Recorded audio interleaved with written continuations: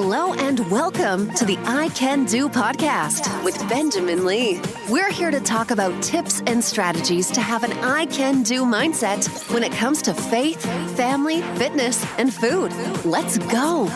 Here's your host, Benjamin Lee. Hello and welcome to another episode of I Can Do. I am Benjamin Lee. Thank you so much for tuning in. Today we have another special guest on the show, Anna LeBaron. My wife Nikki and I and Josh, my son, met Anna last year at a book launch for best-selling author Kindra Hall and her book, Stories That Stick. That's a great book to have as well. And we'll talk a little bit about how Anna and my family met at that particular book launch in the show.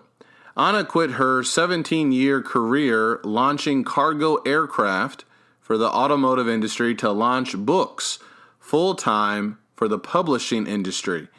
Anna knows how to help launch books. She does a great job. She began book launching 5 years ago. Since then, she has launched over 70 books, including 8 New York Times bestsellers, which include titles like Of Mess and Moxie, Girl, Wash Your Face, Girl, Stop Apologizing, and many more. In her spare time, she is a public speaker. She shares her inspirational story of escaping a cult, healing, and creating a life that she is proud of. Her book, The Polygamist Daughter, a memoir, has all of her details, and we will talk a great deal about that in this particular show, about her childhood and also about her book. She speaks at writers' conferences and retreats about book launching and other topics. Anna coaches others on harnessing the power of social media and building an authentic platform so they can reach those they are called to serve. The title of this show is called Start Walking. This is what Anna wrote when she signed my copy of her book after all of us went out for dinner last year. So you'll find out the meaning of that phrase, start walking, in the show. Thank you for listening. Here we go. Anna, how are you doing? I am doing very good. It's nice to talk to you again. And I'm hoping that we can say a few things that might be helpful to some of your listeners. Absolutely. Yes, I definitely want to get into how we met last year and some of the other conversations that we've had as well moving along.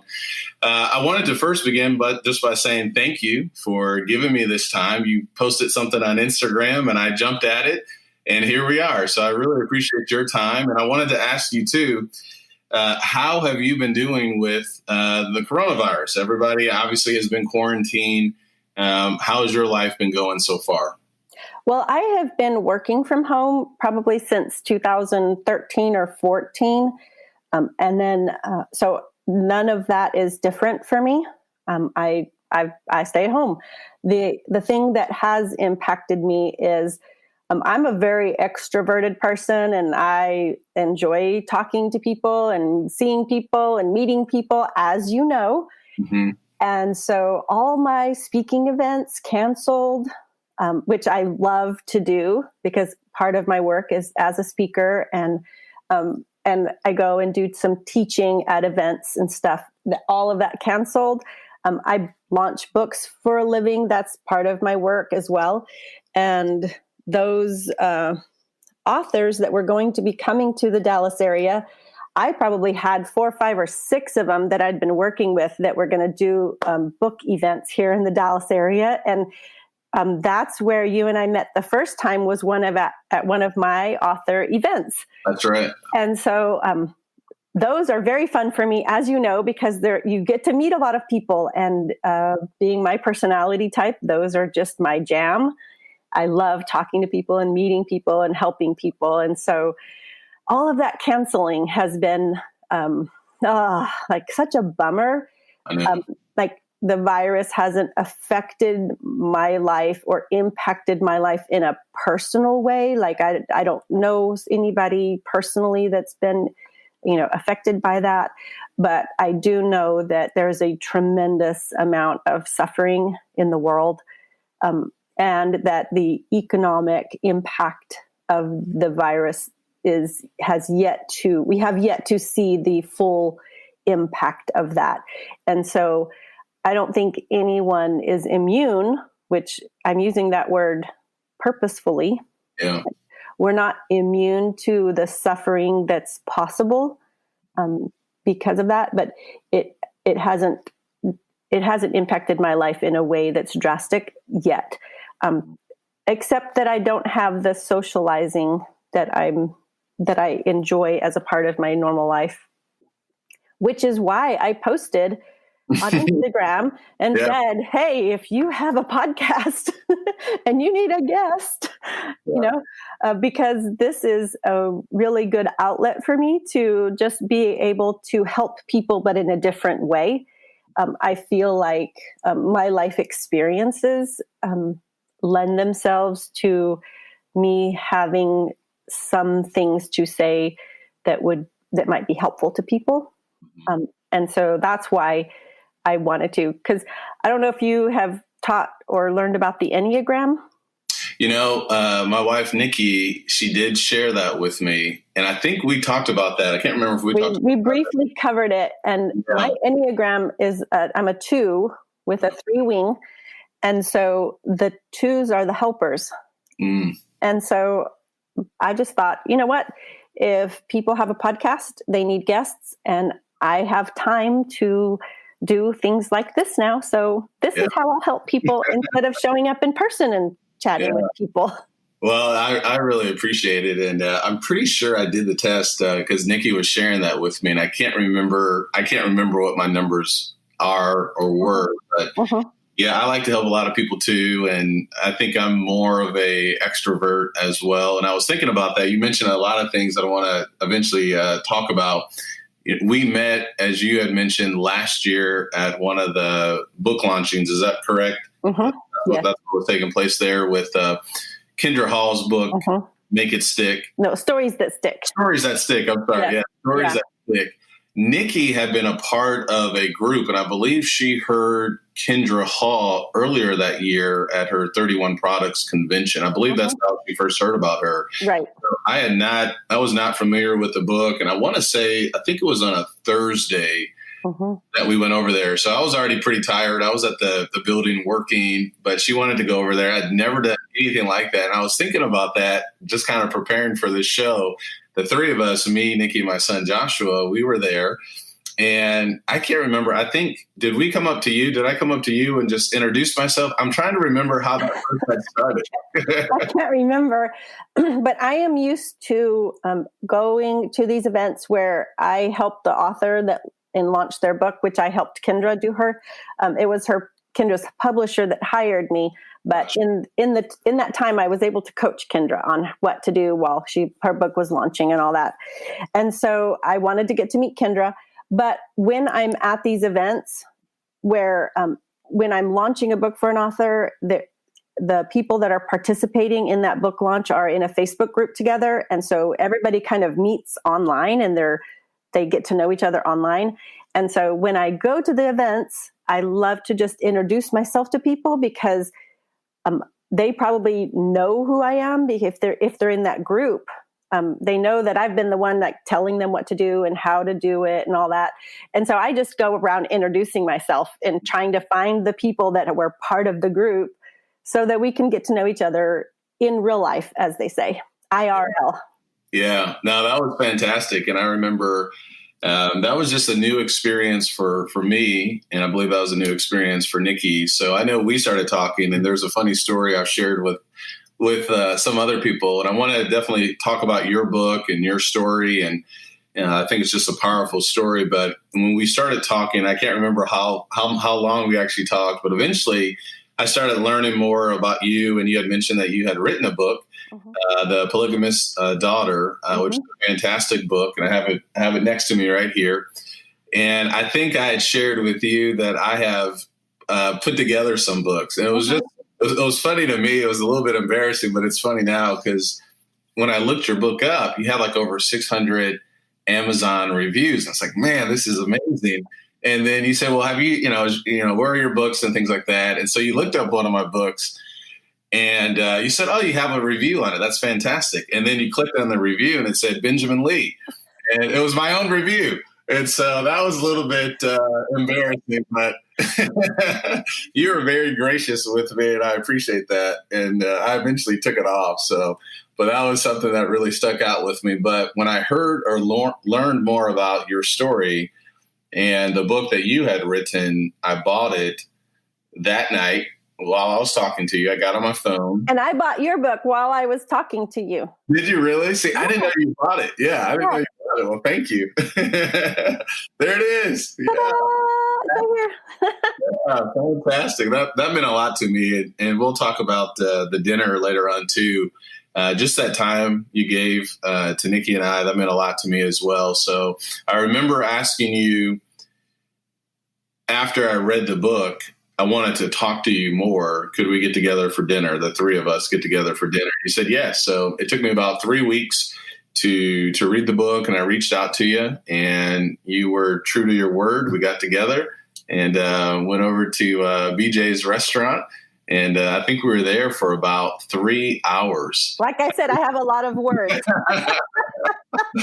I ate a whole pizza there, so that gave me some time to kind of digest that. But I really do like talking to you. And if you can, I'd love for you to share your story, the book, and just how the book got started by talking a little bit about your past to the audience. Yeah. So I got started in book launching when my agent, because, I wrote a memoir. The Polygamist Daughter is a memoir. And so people that write memoirs usually haven't had an easy life. And so people with an easy life don't usually get contracted to write memoirs. Gotcha. So my agent, when she signed a contract with me to agent me, she said, Anna, authors have to sell their own books. And so I had a 17-year career in sales and marketing of a different thing. So I was like, okay, well, I can learn how to sell books. Like I can sell this other thing, I can sell books. So I was learning how to sell books, and that's how I got into book launching, which is how we met through Kindra Hall. But she had said, Anna, authors have to sell their own books. So that's how I got into this business that I'm in now. But the book that I wrote talks about and tells the story of my life growing up in a violent polygamist cult. My father was known as the Mormon Manson because he would have people killed that would leave his cult, and also other rival polygamist cult leaders. So I did not know that those things were happening as a child because children weren't told, the adult stuff that was swirling around us. But I was 3 years old when the first hit was ordered on my father's own brother. Wow. And so that hit was carried out when I was 3 years old. It was a modern day Cain and Abel story, with my father being the modern day Cain. And so we began as a child living our life on the run from the law, because now my father was wanted, and the people that had carried out his order were also wanted.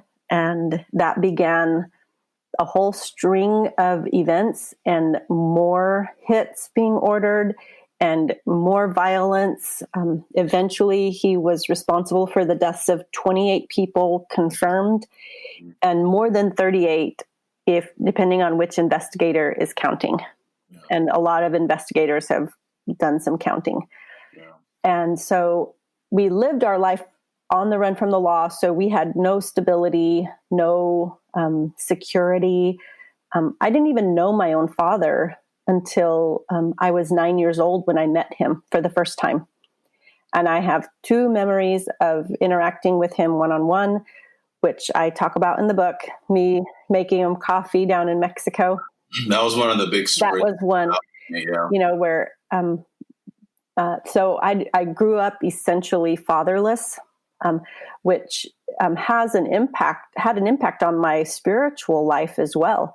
Because when you grow up fatherless, you don't have a grid for what to make of a relationship with a heavenly father if you were not well fathered as a child. And so that all is part of my story that I talk about in the book. And so all of those things happened. And,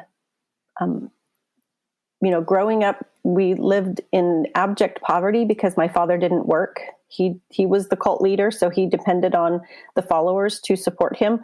So my mother and he had 13 wives and fathered more than 50 children and never worked an actual job in his life. So was it just then the offerings that people made then that supported him through the church? Mm-hmm.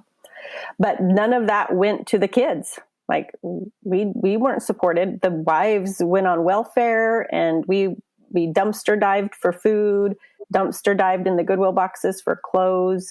Yeah, that was one of the most, I think that was a powerful, just the imagery, just trying to imagine that, getting the clothes, not getting caught, getting the food. Yeah. And you even mentioned, I think it was in Colorado, if I remember correctly, the type of hard labor that you guys were right. Can you talk about that a little bit? Yeah, our family did a lot of the supporting of themselves through a used appliance business that they ran. There were different factions of my father's cult all over the Southwest United States, including Houston, Dallas, Denver, Phoenix, California, and some in Mexico. So we were spread out all over, and just about everybody ran a used appliance business in whatever city they were in. And so in Denver, they had this huge warehouse that, was just a sweatshop really. And kids, as young as 9, boys, sometimes even younger, just taken out of school. And then they would work 12-hour days, eating nothing but, mashed beans on moldy, old, stale bread. That's what they would feed us. And so, and that is if we had that. We didn't always have that. Yeah. And so sometimes, like I said, we dumpster dived for food. So like my first taste of a Yoplait yogurt was from the dumpster,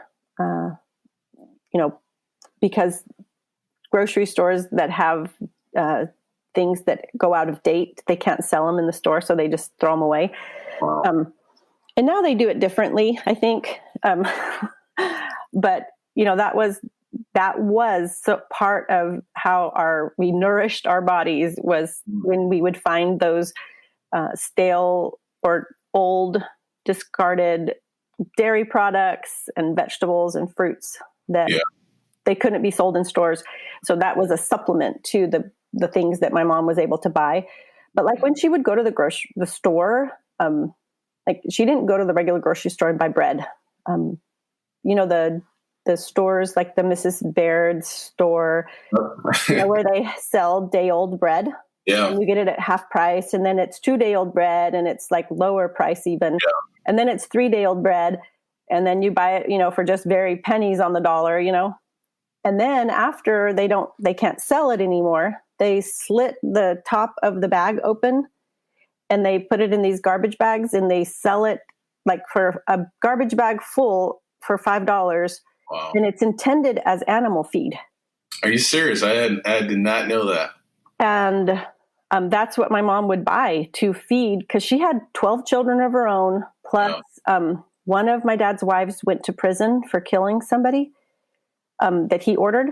And so my mom was raising her younger children as well. And then one of my dad's wives died of cancer. And so she was raising a couple of her children as well. So my mom had a lot of mouths to feed, and that's how she did it. Not a lot of money. Yeah, not a lot of money. It's interesting, and I appreciate you sharing that. I'm sure that's still hard for you. I know you've talked about the story quite a bit in the book and different podcasts and interviews and things like that. I had somebody on my last episode, and his father wasn't really around too much, obviously for a lot of different reasons. My father growing up, and obviously, again, for a lot of different reasons, he wasn't around he wasn't around that much either. And I want to say, were you guys on government assistance or like public aid for a while? Yeah. So my mom was on welfare, and we got free lunches at school. So going to school and having that lunch when we were still enrolled in school, because we weren't always enrolled in school, but a lot of times we were. Yeah. I mean, those school lunches that other kids complain about were like heaven. I bet. It was a feast. Especially getting milk that was fresh and whole milk. Oh my gosh. Because when you're on government welfare back in the day, you got powdered milk. Yeah, we were on public aid. And like the government cheese, the block cheese. Yeah. It took about 30 minutes to make a grilled cheese sandwich. Yes. They were pretty good after you got it all melted, but it was not the best food. So the powdered milk, my mom would water it down so that it would stretch further, which meant you were drinking basically white water. It was just gross. Wow. So when you got to go to school and have whole milk from a little carton, oh my gosh. So like in school, I loved school. School was a refuge and a respite for me. Loved school. You know, just having that environment that felt safe and felt predictable and routine, and you know, the teachers were kind. You know, my life at home wasn't that way, so I loved school, and I did everything my teachers wanted. I was just a model student. I got, you know, student of the month, basically, you know, that kind of thing. Those were things I aspired to, and I did all my schoolwork. And so the only time I really got in trouble at school was one time you weren't allowed in the cafeteria. You weren't allowed to trade food with kids. You had to like eat your own lunch. And there was a girl who was going to throw away a carton of milk that had not been opened. And in my mind, I was like, oh no, that won't work. That won't do at all. And I'm third grade, you know, and she's going to throw away a carton of milk. Like, this was such a luxury to me that I just couldn't imagine letting her do that. So I swapped my empty carton for her full one. And my teacher saw it, and they had to sit me out at the other table for the troublemakers. And and I was just a hungry kid, you know. Did they know anything about your background? I actually got to connect with my teacher from third grade that was part of that time of my life when I was on my book tour. Oh, really? And I went back to Denver, and she was still there and still alive. And she came to my book signing, and we got to see each other for the first time in decades. And it was just, we both were crying. And so at that book signing, I read the chapter in the book what I wrote about her. Wow. What an impact she had on my life. And so I read that chapter at the book signing. Everybody was crying. We were all crying. It was crazy. And then the next morning, me and her had breakfast, and we went to the school and took pictures at the school. And it was just such a sweet time to get to reconnect with her. And I asked her, did you have any clue that anything was wrong or going on behind the scenes? And she said, absolutely not. And so let me just back up a little bit and say, there's been a whole stack of books written about my family, like, because my dad was so notorious. And there's been a made-for-TV movie about him that came out on CBS in 1993. You can watch it in its entirety on YouTube. It's called Prophet of Evil. And I don't recommend it for kids at all. It's very frightening. It's very disturbing. And so I wouldn't recommend it for children or anybody that is easily triggered by violence. How do you pronounce your dad's name? Everil? Was that correct? Ervil. Okay. Ervil LeBaron. It's evil with an R. I know. So I'm sure that the title of that TV movie, Prophet of Evil, was a play on his work. On his name. So there's been a lot of books written about my dad. A lot of media coverage. He has his own Wikipedia page, the whole thing. But none of the books written had been written from the perspective of a child. And that was my goal in writing my book, because I felt like that voice was missing from this whole conversation about our family and our family history is, what impact did this have on the children? And so when I wrote the book, I put blinders on the side and said, I want my reader to experience my life through my eyes, through this lens. And, they can go online and read all these other books about all this stuff happening with the adults. So unless I knew it, my reader didn't know. There were a few times when I said, what I didn't know at the time, just to give context to the reader. And so I break from that just a few times in the book. But I was very judicious in how I did that, right? Because I wanted the reader to experience my life through my eyes. Yeah. So when I was 7 years old, they saw my life through the lens of a 7-year-old. And then as a teenager and running away from home and what that felt like and looked like. And so in the book, I don't find out about my family's violent history until after I'm out of the cult. Wow. I think I was 15 years old when I read that book that had been written about my father. Yeah. And all of this stuff I became aware of the violent history of my family of origin. Yeah. And that's when my reader became aware of the violent history of my family of origin. And so, so that was how I wrote the book and why I did it from that perspective, because the kids didn't know. When we were down in Mexico, I was living with people who were in hiding from the law. That's why our homes were raided by the FBI and the Mexican police. I didn't know why these things were happening. We were taught that it was because we were being persecuted because we were God's chosen people. And so it was very traumatic and traumatizing as a teenager after leaving the cult to find out these things about people that I loved and cared about that were dead. Yeah. Not because they just went away and never came back. They were dead and gone. And so those losses that I experienced, when I ran away from home, I lost my family, and then to pile on top of that loss, now learning all of these things about my family of origin, I didn't know. We didn't know. Yeah. So when I was in Mexico, one of the stories that I didn't tell in the book that I wish I had remembered to tell it before the book was published. Yeah. And I'll tell it now. You do tell. I was 10 years old because remember I had my birthday in Mexico in the beach house, and my sister made me a pancake cake of 10 stacks of pancakes because we didn't have an oven. So I was about 10. And I got a hold of a copy of U.S. News and World Report when the cover and the whole magazine was devoted to the events in Jonestown in Ghana, where the man had all these people drink that Kool-Aid. That's where we get the phrase, don't drink the Kool-Aid, and I was reading about these events, and I'm 10, so I can read. So I'm reading this magazine and looking at these very disturbing photographs of the people dead, and thinking to myself, man, these poor people in this cult, not understanding that I am in a cult.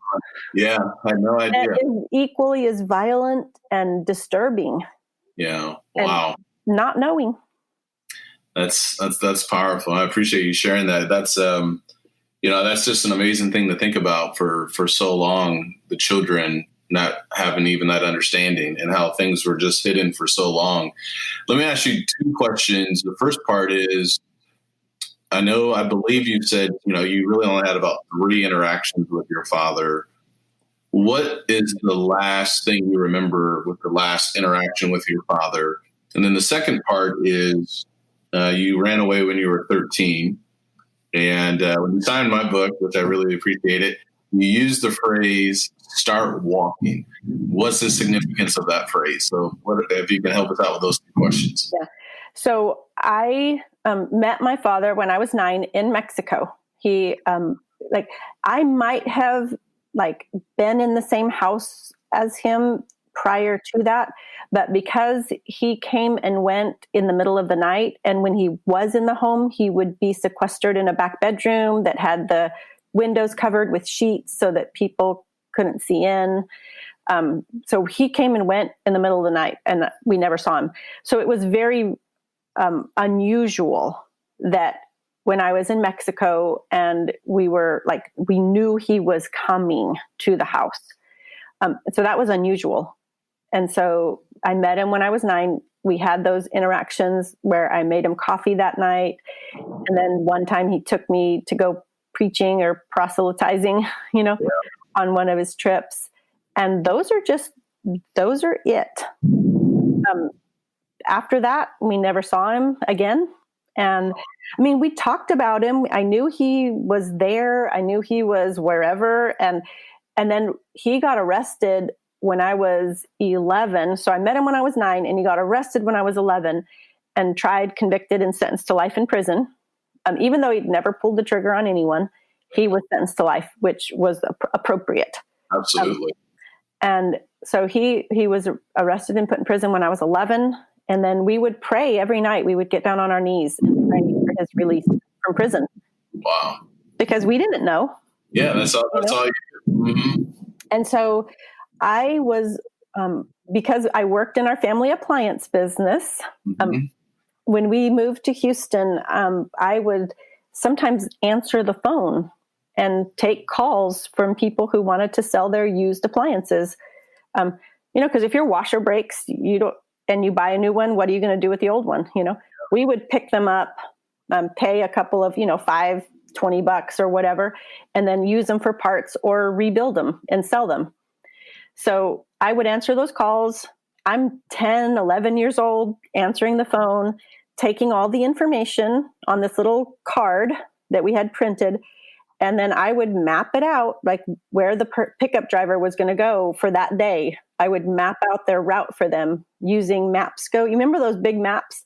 We now have GPS, but it used to be back in the day, for all your listeners that, are younger, back in the day, you had a book that had the maps in them, and each page was a grid on this wall, this map that would cover a wall. Yeah. And you could see every street in the city of Houston on the wall. And so I would map out for the driver without having to backtrack at all, because you wanted to save on gas and, all that. So that would be my job, to take the calls, get all the information, and then find that street address in the Maps.go book, and then find it on the wall, and then map out for the driver where they were going to go. So I was used to answering the phone and interacting with people. I sold an appliance when I was 11. That's impressive. So I've been in marketing and sales.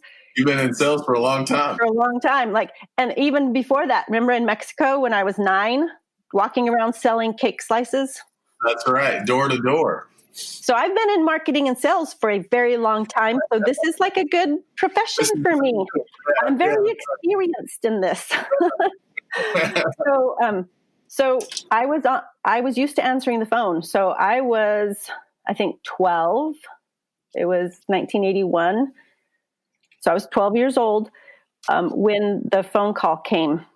And I answered the phone, but before I could say hello, and this is also a reflection of how old I am, because this was back in the day. Again, for your young listeners, back in the day, phones were connected to the wall with a cord, with a very long cord,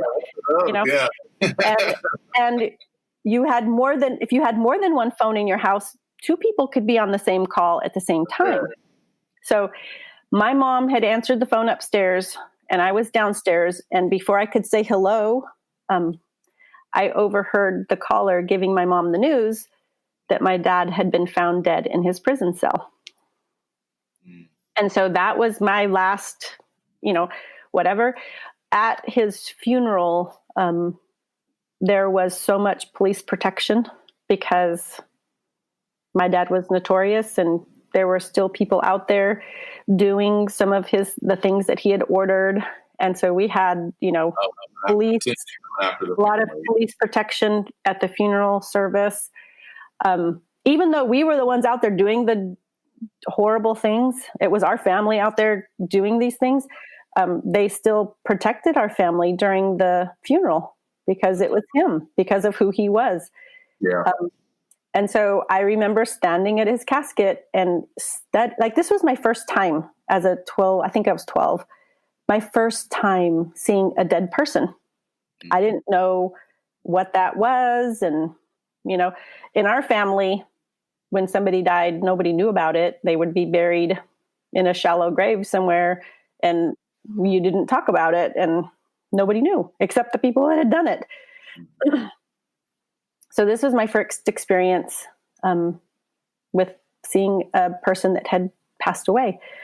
And I remember standing at his casket and observing, I touched his skin because somebody was saying, other kids were talking about it. And, all the kids are just milling around talking to each other, and they were talking about how cold his skin was. So I went over there and I touched it because it was like, oh, this is really curious, Yeah. So just being a curious child. But I remember seeing, he had a suit on and a white shirt with a tie.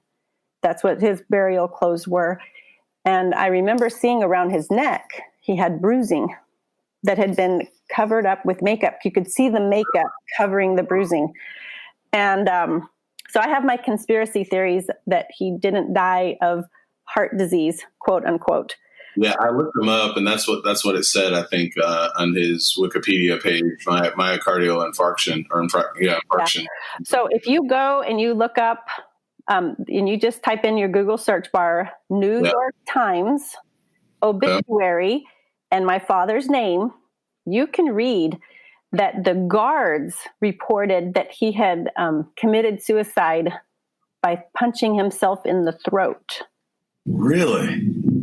Wow. And that is not a way that people commit suicide. Oh, yeah. So I have my conspiracy theories about how he died in prison. Yeah. And it was not from heart disease. Where was he in prison? Was he in Colorado or Texas or? He was in Salt Lake City. Salt Lake City. Okay. Yeah. What was the backlash or ramification even after he died? And when did you finally get to a point where you felt safe, where you can go out, you can do your work, you have your family, and you don't have to per se worry about, is there still someone out there connected or someone who's trying to fulfill whatever he wanted them to do? Well, even after he died, when he was in prison, he left a long rambling book, probably a few inches thick, of his ramblings. Yeah. And that's just the best word to use for it. And in there, he had talked about all the people that had betrayed him and ordered them to be blood atoned, which is the phrase that is part of the history of the religion that I was born into, which is fundamentalist Mormonism. Mm-hmm. And it's not part of the modern day Church of Jesus Christ of Latter-day Saints. They disavowed polygamy in 1890. And the fundamentalist Mormons that are still practicing fundamentalist teachings today are very distinct and separate. So I wanted to confirm that and to clarify that for your listeners. But my father practiced blood atonement, which means there are some sins that you commit that are not covered by the blood of Christ. Mm. And so you have to atone for those sins with the shedding of your own blood. And it's a kindness they're doing to you so that you can go to heaven. Because if you don't atone for those sins and you die, you're not going to heaven. So that's how he got other people to carry out these things that he wanted. Right. which will probably be helpful to your listeners to understand that, because how crazy it is. How do you get people to go and kill somebody else? Like, right. But yeah.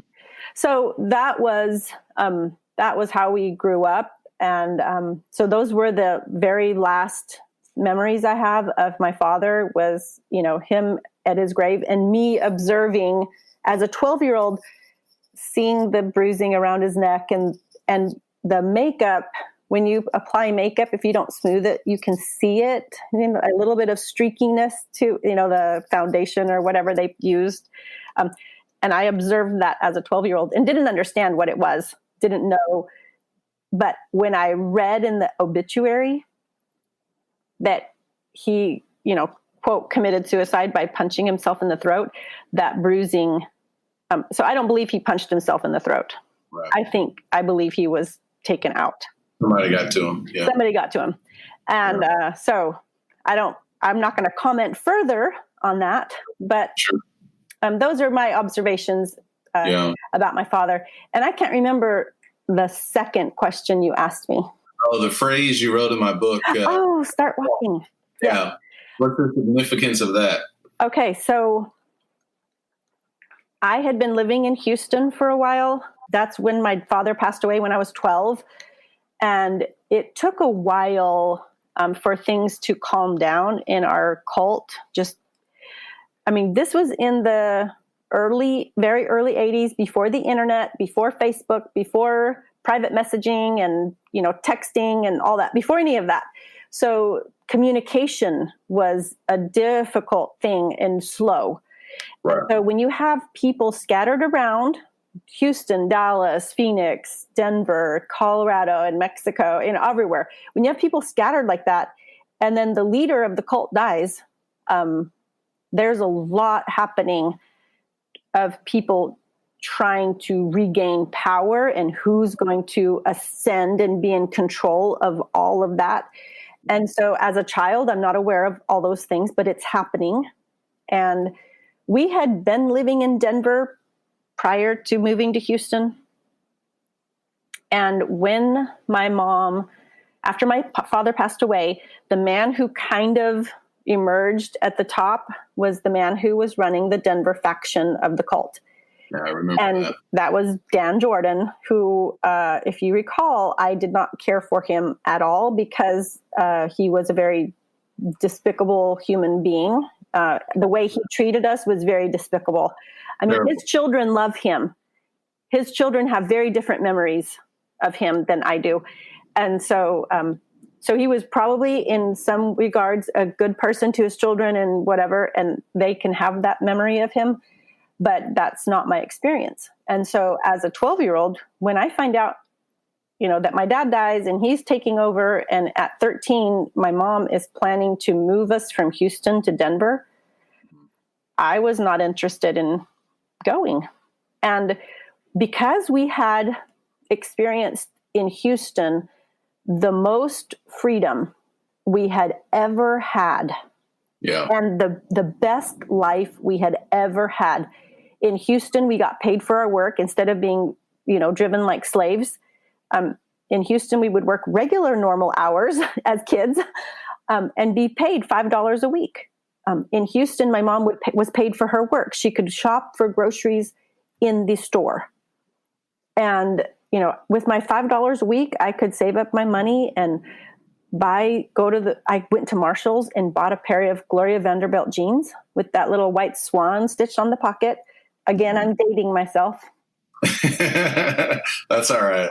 But these jeans fit me and looked good, and I'm 13, these things are important. So I would save up my $5 again, and I went out and bought myself a pair of Nike tennis shoes, two-tone brown with that little swoosh on the side, And I went to a beauty school that was near my house and had them style my hair with those Farrah Fawcett waves that, feathers that were so popular back in the day. Yeah. But it didn't work on my hair. Like, I had balls coming out of my ears instead of the feathery, the beautiful feathers that she had. but I thought I looked great. So that's all that mattered at that time. That's all that matters. That's right. That's what I was going to say. And so we would get to go to the movies. My mom would take us to the dollar movies.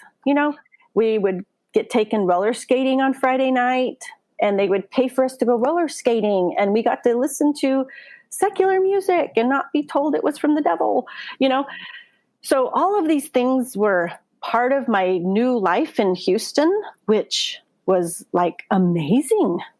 Like how compared to what I had experienced prior, we were living the good life, even though we were still in a cult. Yeah. And so when I found out that my mom was planning to move us back to Denver, back to Dan Jordan's, slave labor situation where we wouldn't get paid for our work, I didn't want anything to do with that. I was 13 and I was like, nope, I like my jeans and my tennis shoes and roller skating and all the things that were important to a 13-year-old. And the treatment that we had in Denver caused me to go, you know what? I don't. So here's the thing. I wasn't running away from a cult. I didn't even know I was in a cult. Didn't know you were part of it. Yeah. I just knew life in Houston was way better than life in Denver. Yeah. And my sister and her husband were the ones in charge of the Houston faction. So I called my sister. She was grown. She was married, had 5 children of her own at the time. I said, I don't want to go to Denver. Mm-hmm. And she said to me, start walking. Start walking. And if I remember correctly, you went to a hotel, was it a La Quinta Inn? La Quinta, yeah. La Quinta. So I started walking. I walked out of my house with just the clothes on my back. I had my Gloria Vanderbilt jeans on. You know that. This was a part of the book too, where I got nervous, where you were in the hotel for 3 days and your mom was looking for you. Yeah. So now they're trying to find you. Mm-hmm. And, you were there by yourself, I believe, because your sister. I was there by myself for the first part of it. And then I had another sister that had also run away. But we didn't plan this together. Like, we didn't talk to each other about it. I did my thing. She did her thing. And eventually my other sister, a little bit older than me, was brought to the hotel as well. And then I had like somebody to be there with me. Mm-hmm. And so we were in hiding until they knew for sure that my mom had left. So imagine this. You're a parent and your child runs away and you pack up your house and move to a different state, not knowing where your children are. Wow. That was the power that Dan Jordan had over her. Yes. Wow. And the power of the cult, the brainwashing, the mind control that was very, very evident in my mom's choices. You do a lot of coaching and you launch books. I know you've launched over 70 books, and at least 7 of them have made the New York Times bestseller list. 8 of them. Fantastic. Well, that leads me to a couple other questions. Real quickly here, we could do like a rapid fire if you like. So I know you started reading at a very young age. I think in kindergarten or first grade, your sister shared some things with you. Yes. What books have you read, or have you read some books since you've been quarantined? If so, what books might those be? The book that I'm reading right now is Beth Moore's book called Chasing Vines. It's her newest book. And there's a chapter about soil and roots. Because she bases that book on the verses in the Bible that talk about, I am the vine, you are the branches, apart from me, So that's what the basis of the book is for. And she just studies, it's called viticulture and how to grow grapes. And so she studied this, and the whole book is talking about what she's learned about how people, I don't know what people are called that grow grapes, but what they do and how they tend the vines so that they can grow fruit, so they can become fruitful. has been so instructive during this time. The chapters on soil and the chapter on roots. She talks about, like, without knowing that this was coming, she's talking about what to do when you're in a situation where we're catastrophic, what to do, how to survive, how to grow, and how to become fruitful, even after you experience the pruning of your life, where everything is cut back to the nub, and that the gardeners only do that. They only prune back because they want that vine to be more fruitful. Yeah. And so she's like talking about, if you find yourself in a season of cutting back and of being pruned, and if this is not a season of pruning and cutting back, I don't know what is. So that's a book that I would just highly recommend. And then here's another one that I have right next to me. It's called Try Softer. Because a lot of times in our Christian walk, people, if you're struggling, people will give you really bad advice and say, just pray harder, pray more, read your Bible more, try harder to be a good Christian. And here is what the subtitle of the book is: A Fresh Approach to Move Us Out of Anxiety, Stress, and Survival Mode and into a life of connection and joy. And as somebody who has experienced trauma, trying harder is a natural expression of that. Like, if I just do more or do this, I can prevent bad things from happening to me. If I just work harder and work more and do more than the next person, I can help insulate myself from these bad things happening. And her premise of try softer, and what she's talking about is trying softer with yourself, being softer with yourself. Because I think I am my worst critic, and I'm harder on myself than I am with anybody. Like, I can give people the benefit of the doubt all the time, like with ease.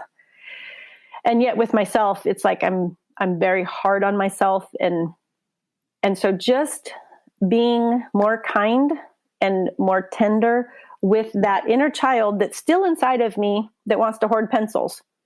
And just acknowledging that child and that person still exists inside of me, and being sweet and kind to her and saying, yeah, we're in a time of unease and uncertainty. And so that little child's voice still is there. Like the little boy inside of you that took that knife and went screaming at your father, he's still there. And just being kind to that child, I call it reparenting my inner child. Because I'm now a parent. And I know that when my child was afraid, because my kids are all grown now, but when they were little and they were afraid, all they needed was for me to take them in my arms and comfort them with my very presence. That's all they needed for the world to be made right again. And so, that's the response. Yeah. So now, when that little 7-year-old girl that needed pencils to comfort her, kind of like starts to go, hey, I'm here. I'm very sweet to that girl. I know what she needed more than anyone else. It's like, you know what? There's plenty of pencils, honey. There's a lot of pencils and we'll never run out. Yeah. And that goes back, I think, to just, I look at Joshua, how, he trusts me and Nikki, and he wants to be around us. And, one thing I do talk about and teach a lot is, because moments like this, I think about even Acts chapter 12, where Peter was in prison, and it says at the church, they were praying fervently. And so there seemed to be just the elevation of their prayers and the intensity of their prayers, praying fervently.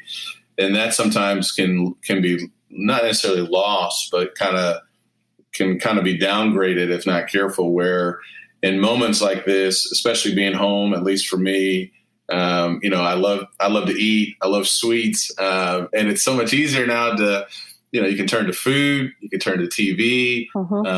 And those things, there's nothing wrong doing things like that, obviously, but making sure that we're turning to God. And I can't remember what book it was, but it's kind of become my phrase tag, time alone with God. And so we try to emphasize that a lot, where, we are in his word and going to him in prayer, but ultimately, we have to trust in him, and he's going to see us through. And again, you see this, throughout the scriptures. People are going to go through difficult days. And I think this has forced a lot of us to, to slow down. It's been amazing going out into the neighborhood and seeing all the families outside. I've seen dogs in the backyard. Now I know what their owners look like, right? Because they're in the backyard with them, So just all of this has forced us to really kind of think about some things more. I was going to ask you, I know you do a lot with social media, and as you launch these books, that's a big part of what you're doing. How do you think social media might change as a result of what's going on with the coronavirus? You think things might become better as a result, or worse, like moving forward? Because there's, Facebook has, I think, implemented some new things where people eventually will be able to watch things from Facebook even without being on Facebook. And so there's new things that are being created. Zoom now has all of this attention. What do you think might come out from all of this once things, quote unquote, get back to normal? Well, I don't know if we have a normal to get back to. I don't know if that's going to be a thing. I think we're going to create the new normal, and that we're all walking into what's going to be a new normal, and that we are living in historic times. So here's another book. It's called Your Story Matters. This one just barely launched. Okay. This lady, Leslie Fields, has been leading groups through seminars and workshops about how to write their story. And so I would say that anybody listening to this, yes, we're going to become, our whole country and way of life is going to be different as a result of this. And I think a lot of it will go more online, and the ways that we interact.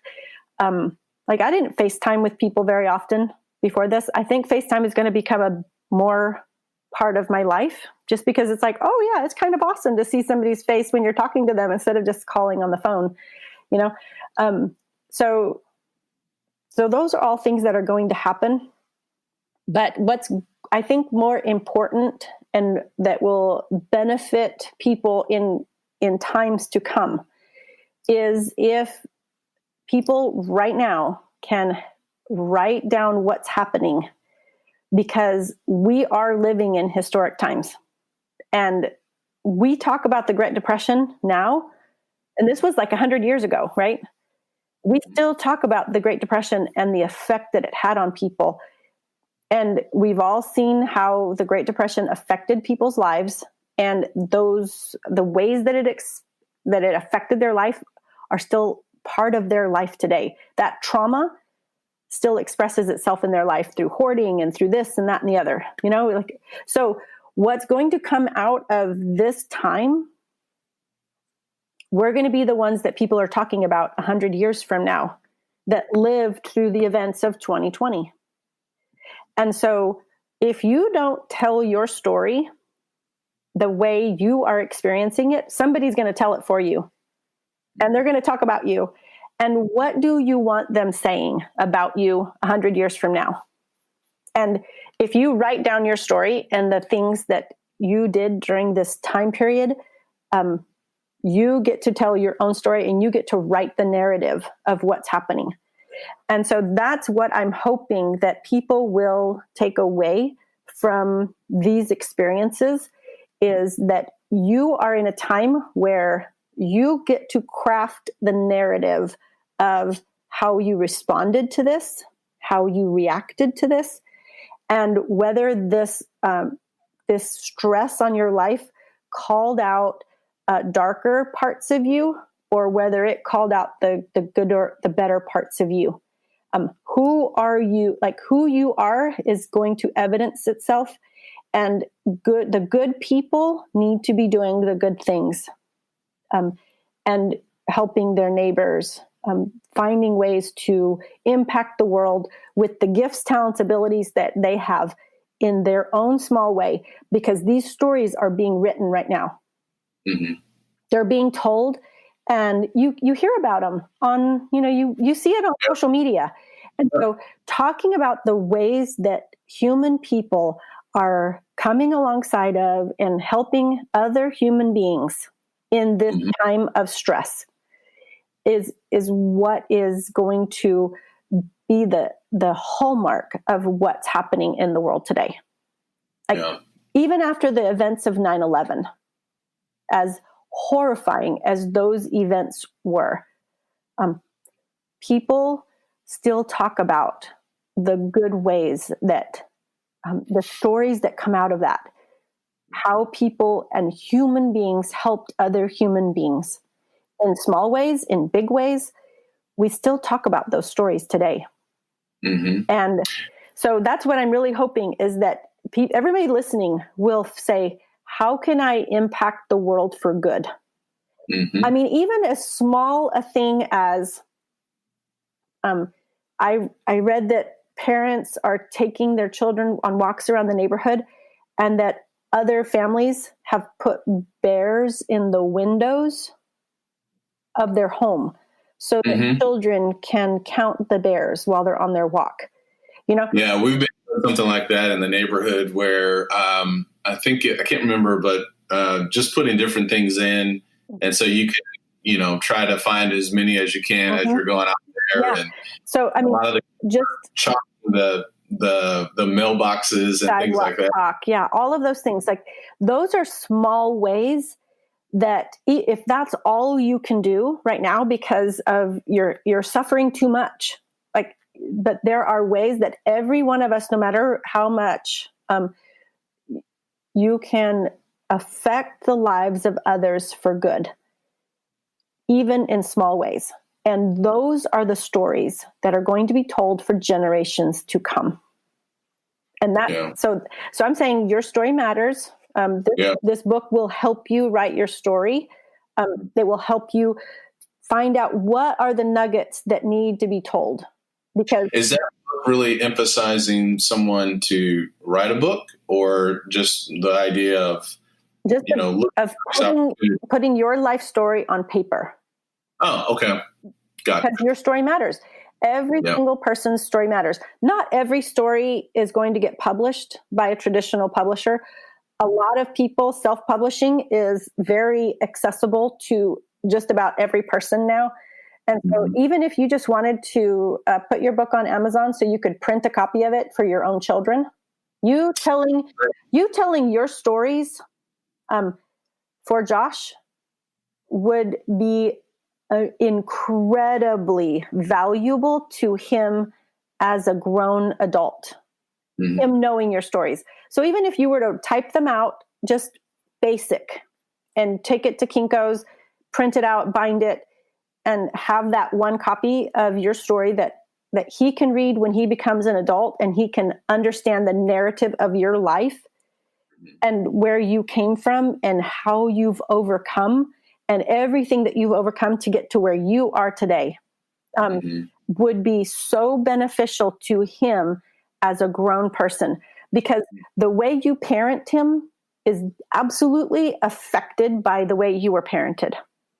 And for him to understand some things, like, I know that I wasn't a perfect parent. Like, I have told my kids, if you go to therapy, I'll pay for it, because they're all grown now. And I'm like, I'll still pay for it. If you go to therapy, I'll pay for it, because I know I messed them up in some ways because of my own parenting. How I was parented affected how I parented. But me writing this book has helped my children understand the mistakes that I made in my parenting, and has given them a lot more tenderness towards me, and a lot more forgiveness, and a lot more grace for all the ways that I messed them up as a mother. Mm-hmm. Yeah, because I had bad days parenting because I didn't do it perfect. Well, that's I saw that. I was thankful I was able to talk to my dad and get a lot of things off his chest. But no, I like that idea. Your story matters. I just published a couple of one journal, like a nighttime journal, because there is so much anxiety. And I base that off of 1 Peter 5:7, where people can read a scripture, they can write it out, they can write their fears out, they can write their prayers out. I know you've done, I think, prayer journals, and I've been doing that since 2016. Someone mentioned that to me. And so that's kind of how I do my tag, my time alone with God, to write things out like that. But I think that's a great idea. Kindle Direct Publishing is a great way to do it. So if someone, or when someone writes their book, or if I write my book, Benjamin Lee's Coronavirus, but I come to Anna LeBaron and say, okay, how might you be able to help me to get this out into the world? Because that's what you do, right? Right. A publishing company or someone's going to come, you're going to provide for them coaching, and, getting that book or getting that promotion out there. So I do the coaching. So it helps if I can begin coaching as soon as possible. If you know you're going to publish a book, whether you're going to self-publish or traditionally publish. The marketing of a book is, again, the author's job. No matter, that's how we started this whole thing, was my agent saying, Anna, authors have to sell their own books. So I would coach you and tell you have to sell your own book, even if you have a traditional publisher. So launching a book for a traditionally published book is different than for a self-published book. So depending on the way you were planning to put that book out in the world would be the kind of coaching that I would provide. And so it's different. But the bottom line is, if you're going to write a book that you believe is a message for more than just your family and your immediate, friends, that would probably be interested in knowing if you wrote anything bad about them, so they might buy your book just for that. So your immediate family and friends, would buy your book just, to support you and because they want to know if you said anything about them. If you want someone to buy your book, write about them. So that's different. The majority of published books never sell more than 1,000 copies. Yeah. And so, putting a book out there in the world, however many people that you have influence and reach to is how well your book is going to sell.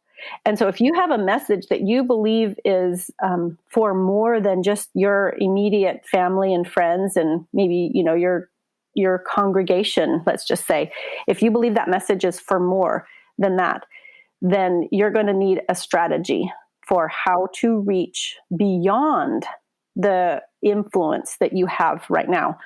And so the things that I talk about and the ways that I instruct people and coach them is how to become a influencer on social media.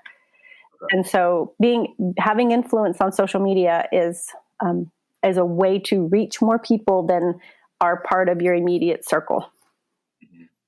Gotcha. Yeah. If people wanted to reach out to you for coaching or to understand this more, where could they find you? So for coaching, you go straight to my website, annalebaron.com, and you can schedule time with me and right through my website. And if you want to just, comment or say, I heard you on this podcast, you can find me on any social media channel. Facebook, Twitter, and Instagram is where I hang out the most, and will likely see if you private message me or tag me in a post. And if you decide to buy the book, The Polygamist Daughter, and start reading it, if you would post a picture of that book on your social media and tag me, I would appreciate it, because I will tell you to do exactly what I'm doing right now. And that's saying, if you read my book, post it on your socials, tag me so that I know you're reading it. And then when you post it on your socials, you're reaching other people who are part of your circle that I have no connection to at all. Right. So this is a way, me being told authors have to sell their own book. Right now, what I am doing is the very thing that I'm going to coach you to do. Me saying, hey, do you have a podcast? Would you like to have me on your podcast? Even though it's motivated from a place of, I want to help people who are struggling right now with these events that are happening. I do believe I have a message and things to say. But yes, it's my job to sell my book. And I believe in the message of my book enough that I don't have any shame attached with asking people to buy it because of the work that I put into it. And there's nothing shameful about working for something and then asking for a monetary compensation for that. You know? And so I teach people that that's there's nothing wrong with it, because a lot of people feel a little bit squirrely about, hey, would you buy my book? You know, like there's nothing wrong with talking to people about buying something that you created. Like people that go to a job are exchanging their time for compensation for money. They're exchanging their time for money. So I spent time writing this book. So me saying, hey, would you buy the book there's nothing wrong with being compensated for your time. And me saying, hire me as your coach and here's my fee. There's nothing wrong with me saying, I have this valuable thing that I can give you in exchange for money. And there's nothing unbiblical about that. And so this is the kind of thing that I do and help people understand, and also realize that using social media to reach an audience, and these are the kinds of things that you will be coached into doing if you have a message for the world and you want to reach the world with that message. Okay. Fantastic. I just want to say thank you for your time and for your passion and for who you are. And I really appreciate it. And I know we've been able to stay in touch, and we'll have to do dinner again, Lord willing, one day after all this is over. When they let us out of our houses. Let us out of the house, yeah. And we went to Chick-fil-A. I got Josh some Chick-fil-A a couple of days ago. That was our first eating out. That's the Lord's chicken right there. I don't care what anybody says. Everybody loves Chick-fil-A, huh? So we got some Chick-fil-A, and so that was just a little bit, and that was interesting too. We haven't gone out to eat, in over a month. So I was saying yesterday, like I haven't had Chick-fil-A in so long. Did you go out yesterday to Chick-fil-A? No, I hadn't. I was mentioning it to somebody yesterday that it's been so long. Oh, you're mentioning it. Okay. Well, they're still open. So, well, thank you very much, Anna. And I look forward to talking to you again. All right. It's been a pleasure. Thank you so much for having me. All right. Thank you all for listening.